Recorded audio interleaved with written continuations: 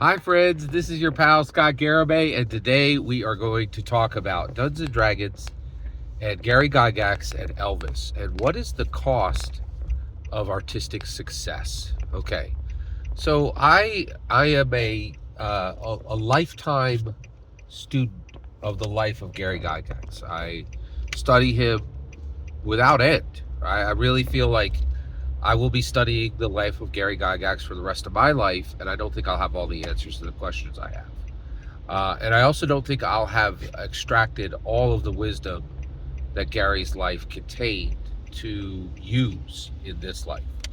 So, and one of the things that I have discovered is Gary Gygax paid an incredible price to bring Dungeons and Dragons to us.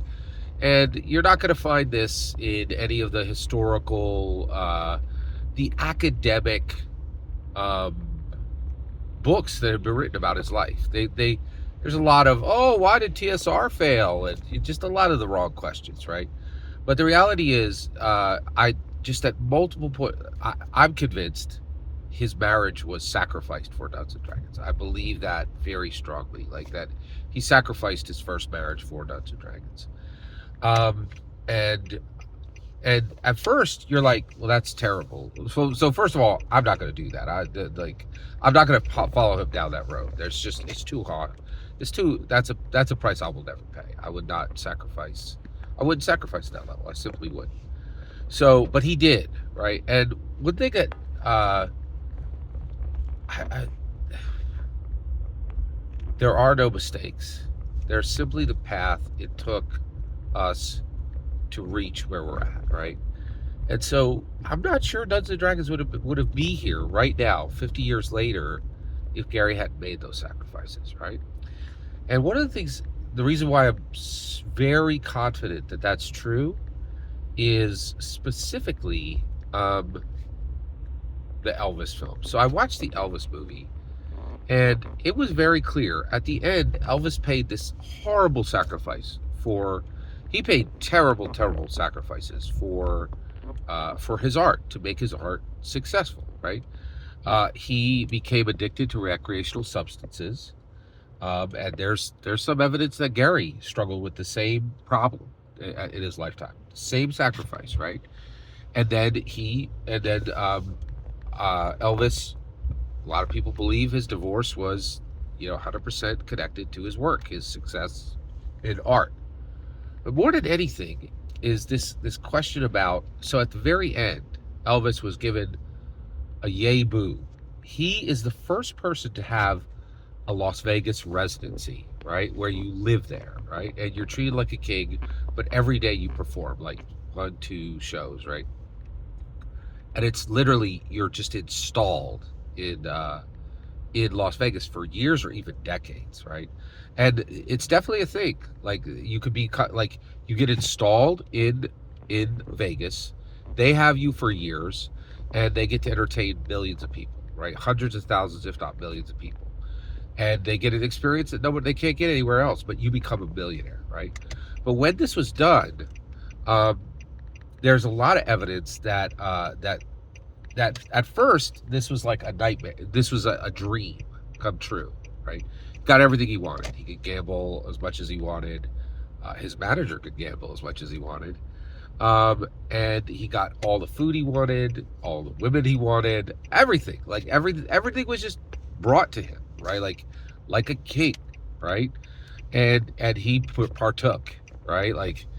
But then it became a nightmare where he was really imprisoned. And a lot of people think that these recreational substances he had been on, that doctors and his manager, the Snowman, that was his name, the Snowman, right? Um, that they essentially imprisoned him with quite literally golden handcuffs, right?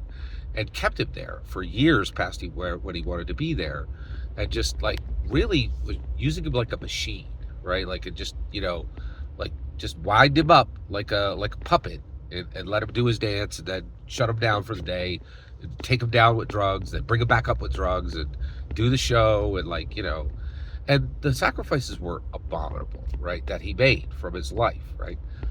But also, here's the kicker, right? should you give him an ounce of sympathy? I don't know if you should. And the reason why is the movie was very clear, right?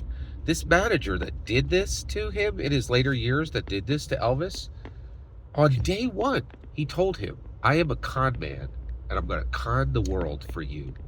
I am going to pave a yellow brick road to success for you, and I'm going to make you a star at a level that has never happened before. And then he perfectly showed what he would do. That manager was managing somebody else, and he dumped him and he cut him, like he just gutted him.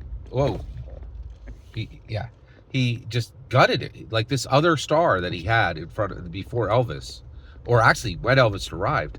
He gutted him like a fish, just used his entrails for chum, and just, used him, burned this guy to help with Elvis's rise, right? And Elvis saw this. He saw it. He's like, this guy told him, I'm a con man. I will con the world for you. But he also told Elvis, I'm a con man.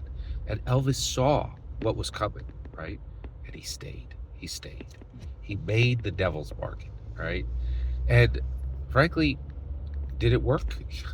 You know who Elvis is? I know who Elvis is, man. That dude he has as close as a human can get to immortality on Earth, right?